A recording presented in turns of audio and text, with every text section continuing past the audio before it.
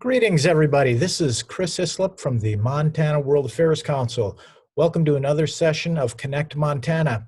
We're bringing the world to Montana and Montana to the world. This week is All Ireland Week. We're happy to have one show every day this week, bringing you different aspects of Montana's very important relationship with Ireland. Our guest today is Mr. Robert O'Driscoll. Robert is the General Counsel for Ireland. He was born in Dublin. He joined the Irish Department of Foreign Affairs in October 2007 as Third Secretary. Robert previously served overseas in Ireland's permanent representation to the EU in Brussels, as Deputy Head of Mission in Ireland's Embassy to the United Arab Emirates and in Ireland's Embassy to Saudi Arabia. Robert has an MA in International Security and Conflict Studies from Dublin City University, a BA in History and Political Science from Trinity College Dublin, and a diploma in Economic Analysis from the National University of Ireland. He is married to his wife, Kiva.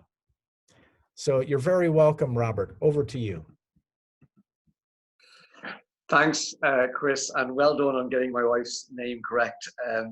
It's spelled C-A-O-I-M-H-E, and regularly when we get an Uber taxi here, she's called Kiami or some other version of her name, but you nailed it first time, so well done. So first of all, thanks so much for having me. Thank you so much for doing this event. It comes at a very strange time, and I suppose before I get into it, I just want to obviously pay condolences to everyone in Montana. We've got 10 deaths there so far. We have 687 deaths in Ireland at the moment from this awful disease. But I just want to give my condolences to any of your members who might have been affected by it so far. Montana, as you know, has a great significance for us, for Ireland. Dating back to 1900, I think pretty much a quarter of the whole city was Irish, 26%, and of 50,000 people. And there's very few places in America that have a Corktown and a Dublin Gulch within the city limits. Probably my favorite story of Montana, and just to see how powerful that community was that there's a great story of an Arab trader called Muhammad Akra who moved to Montana and tried to figure out how to make some money there, and they decided that he would, being called Muhammad Akra wasn't of any use whatsoever. He would change his name to Muhammad Murphy. So I think that says a lot about the strength of the community at that time. And today, still 15% of the people of Montana identify as Irish, by far the largest proportionally in the West. So we know we have a lot of connections with Montana, historical, and today obviously very strong relationship with the University of Montana through the Irish Studies program there, which we support through our immigrant support program. So a lot of good stuff in Montana, a lot of Irishness in Montana, and I was visited there last September for a few days, and I mean really struck by how much optimism there is in the state. So delighted to be here. Thanks so much for doing this event. And in terms of my remarks, I think it might be a good idea, and just looking at the other speakers over the course of the week, to maybe set out, just because this is such an extraordinary event, to set out what's happening in Ireland on coronavirus, and maybe reflect back on the broader economy and what's happening and our outlook, I suppose, because I think this is one of those black swan events that, you know, will fundamentally, I think, change the global economy. And the question, I suppose, is what comes next. So maybe I'll give you some thoughts on it. So the first thing, I suppose, is just Ireland, and maybe this is a kind of a good place to start. In the first week of April, 7th of April this month, Ireland issued a bond, had a bond issue, a 7-year bond for 6 billion euros. And that bond was fully fulfilled at an interest rate, a yield of 0.242%. Now, it is quite remarkable in the context of where the IMF are projecting a negative 6.5% GDP in Ireland, where our own central bank are projecting a negative 8.3% GDP rate for 2020 in Ireland, that this bond attracted such a low yield and such huge interest from the market. I suppose the question I'm asking myself when I read this was, what does this mean? And for me, it means that the fundamentals of Ireland's economy are still very, very strong. And I suppose when I think about that, I think about one, coming into this crisis, looking at the fiscal side of our economy, and of course the more broader economy. And there's no doubt that since the big recession that we had in 2009, 2011, that there's been a huge amount of work to get the economy back on track. We eliminated our deficit. We've been running a surplus for the last 2 years. That surplus was 0.4% of GDP in 2019. Regardless, it looks like we'll run a 6% deficit this year on our economy. But even with that, I think people are still very optimistic about where the economy is going. There's been, I say coming into it, I mean, when I say about we're well prepared coming into it, one of the big things was the reduction in debt. So if you take it that government business debt was at 120% of GDP back at the height of the crash, we're now down to 59% of GDP. Government debt was at 166% of GDP. That's down to 100% of GDP. So what we're seeing is significant reductions in government debt right across the economy, in household, in government, and business debt, which gives us that bit of space now where we need to spend money to reinflate the economy. We've also had several years of very positive growth. So between 4.5% and 5% GDP growth over the last number of years, and that's among the strongest in Europe. And that's really translated into a massive increase in the number of people that work in Ireland. At the worst part of our last recession, we had 16% unemployment. Immediately before this current crisis, we were at 5.4% unemployment. Now, with the crisis having hit, the number of people who are, and just confirmed today, the number of people who are on support from the state have gone to about a million people. And we're looking at possibly an unemployment rate of around 25% by the end of this month.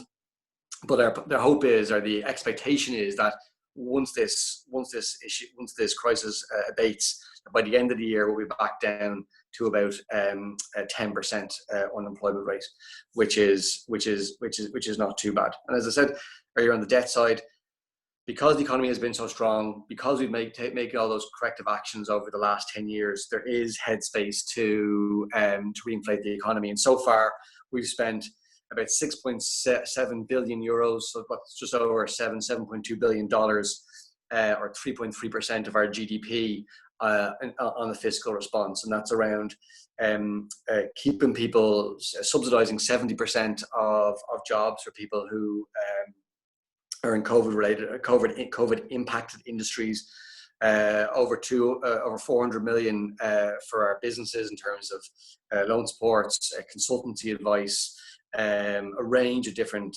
measures there. And then also, we've also been working with the banks. I mean, one of the big problems, as you know, from our 2009-2011 crash was that a lot of it was focused on our banks. They have been properly capitalized now, and they have space whereby they've been able to put a moratorium on mortgage repayments and a moratorium on business loans for anyone who's affected by COVID-19. I think that gives much needed supports for our businesses and for our people. So they're all really, really, really important in terms of the response. The second thing, I suppose, coming into this is that, and the reason why I think that people were so keen to buy up our debt, which is a real sort of sign of confidence in our economy going forward, is that Ireland remains a great place for doing business. It's a very pro-business economy, a very globalized economy, probably one of the most globalized economies in the world. I think ourselves and the Swiss are kind of in a yin-yang battle to take that particular mantle. And that's because it's, a very productive economy. OECD rates as the most productive workforce in the world. We are deeply integrated into the supply chains, in the globalized supply chain. You saw it with Medtronic, for example, one of the big companies providing ventilators, have a large place in Ireland. But even if you see how those ventilators are made, there's components coming from all over the world, and Ireland very much is at the very, very center of that. To give you a sense of how globalized our workforce is, our economy is, we have about 250,000 people who are working in our workforce in foreign direct investment companies, which is a huge amount. And of that, about 180,000 are from US multinationals. And that's typically US multinationals who, when they're thinking about their first steps overseas, looking at Europe as a high value economy and think to themselves, well, okay, I want to get in there. Where's the best place to do it? They look at Ireland because, we've got the similar legal system. Obviously we speak English, or Hiberno English, a sort of English. We're now the only, obviously, English-speaking country left in the European Union after our friends across the water decided to part ways. The EU membership is a huge piece. Access to a market of 440 million people. It's an enormous market. And then we also have a very young population. A third of our population under the age of 25, half under the age of 34. As a 37-year-old now, I see myself on the back end of that. I'm now on the older half of our society, which is the most depressing stat. And a huge investment in education. I think if you're looking at the Irish economy and where we've come from and where we were going to, the decision by several governments over many, many years to invest in education, which is the point where now 56.3% of all of our 30 to 34-year-olds have a third level qualification. That's above an EU average of around 40%. So, and the last thing I'll just say in that is of course, the investment in science, the investment in a strong innovation culture. They're central to the Irish business model at the moment, and then a competitive corporation tax rate. And all those things together have combined to give an impact of the jobs that we've created in Ireland over the last 10 years have been high value jobs. And those type of jobs are very sticky, even given the challenges that are there today. And so maybe the last piece I'll mention before we get into Q&A, because I'm looking forward to hearing some of the questions from the people on the line, is around our commitment to an international trade and the rules-based order. I mean, when we say we've got obviously 180,000 people in Ireland employed in US companies, we also have 100,000 Americans in Irish headquartered companies.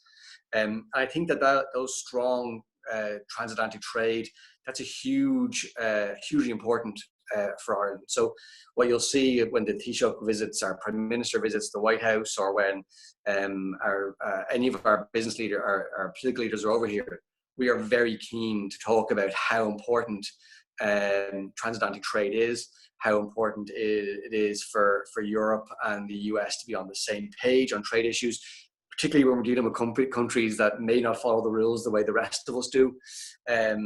We all want to make sure that there's a fair and level playing field between the different jurisdictions, because we believe fundamentally that global trade is a good thing, that these diversified supply streams are a good thing, and that when you have a rules-based order, which has been so good for both America and Europe for the last 70 years, since the Second World War, we believe fundamentally that's how you create prosperity for peoples on both sides of the Atlantic.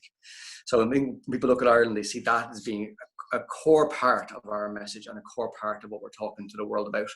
And for those reasons, I think, aligned with everything else I just said there, there's great hope and great positivity that we'll be able to bounce back from this towards the end of the year and over the next couple of years. So I hope that's helpful, Chris, and looking forward to hearing the questions.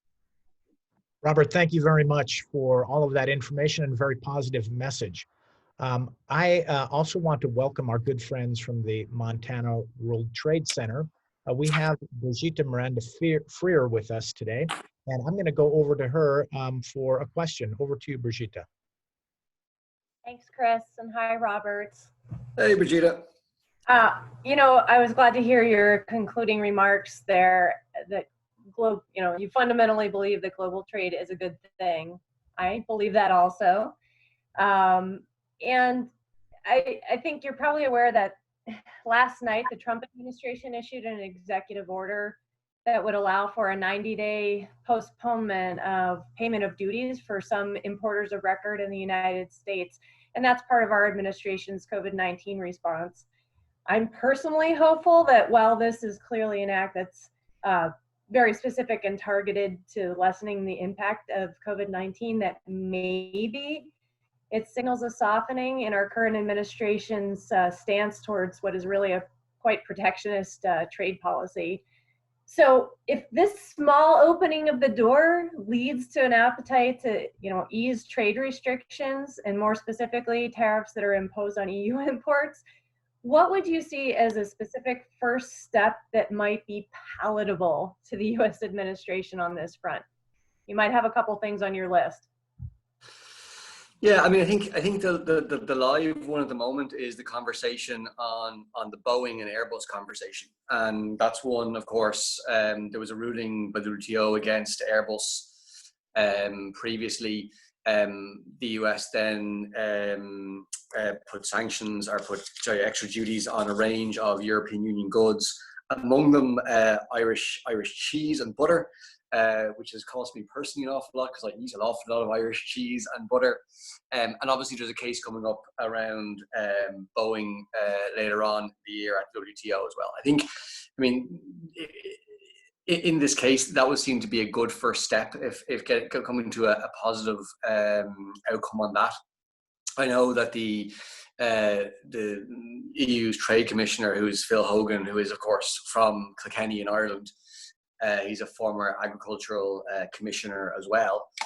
He has been deeply engaged with Robert Lighthizer on these issues, I think on this one in particular. And that seems to me to be an obvious first step in terms of normalizing the trading relationship and trying to look forward to a more positive conversation on what the EU-US trading relationship will be like. Because I think one of the clear lessons from me from this whole crisis is that ideally you want to have as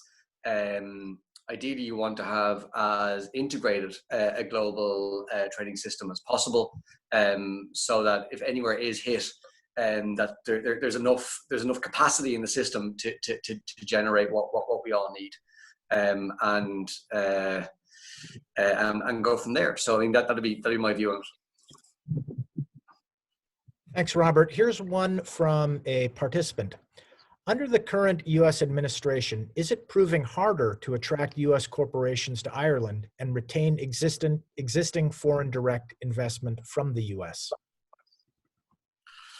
Well, I suppose if you look at the numbers of investments that we've had into Ireland over the last number of years, it has been a fairly steady increase.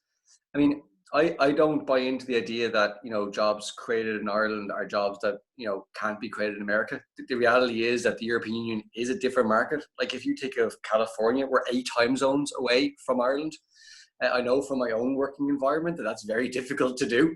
But if you want to be present in the European Union market with access, as I said, to 440 million people, that one of the highest value economies in the globe, with very similar tastes, very similar level of development as the US, then it makes perfect sense for you to have an operation somewhere in Europe. Now, so from that perspective, I suppose for Ireland, it's how do we make ourselves as attractive as possible at that point. So what we're also seeing is that companies now are going global at a much earlier stage. So what we're seeing is that companies want to get a foothold, want to internationalize.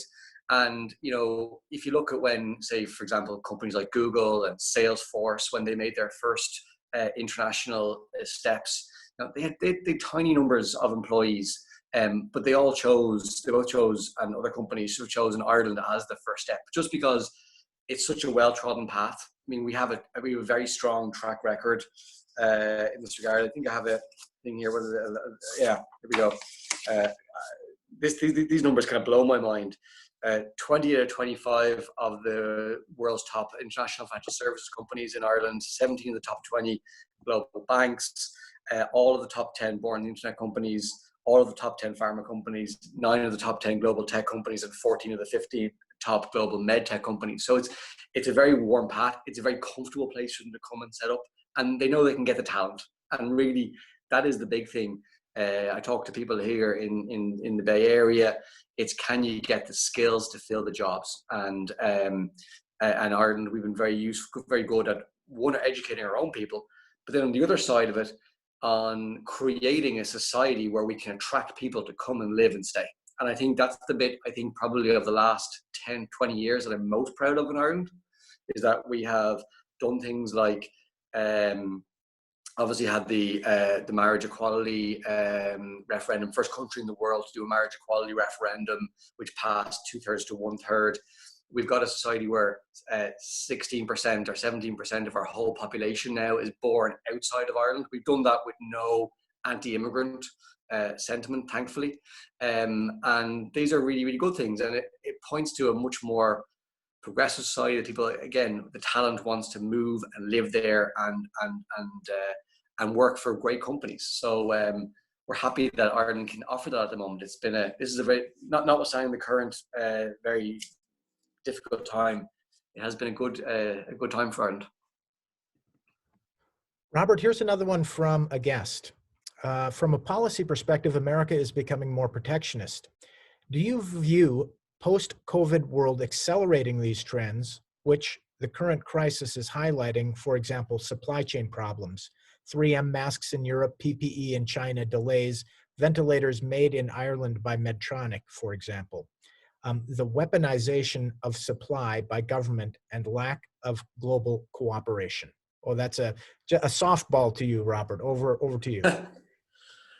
Yeah, I mean, these are challenges. I mean, you can look at it two ways. You know, you can go that way and go to a more protectionist type of environment, or you can double down on globalization and try and be more integrated than ever before. And I think there's no doubt that there's been challenges on this. I think that's clear.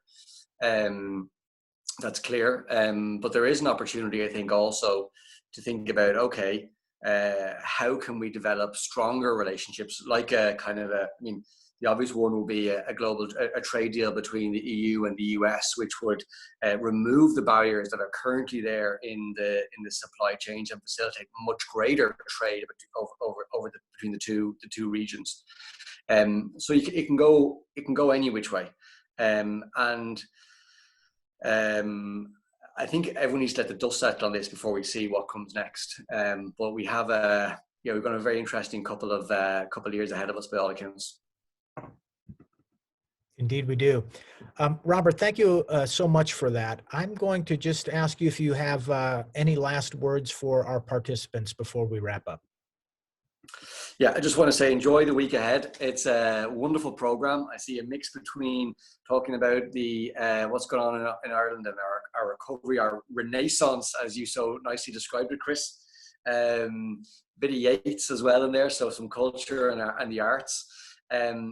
And more generally, I just want to say, I know Brigitte, we have spoken about possibly a trade mission at some point to Ireland later on this year. I mean, I suspect all these plans at the moment are a little bit on hold. But definitely, I mean, Ireland is the 9th largest investor in the United States in terms of creating jobs here.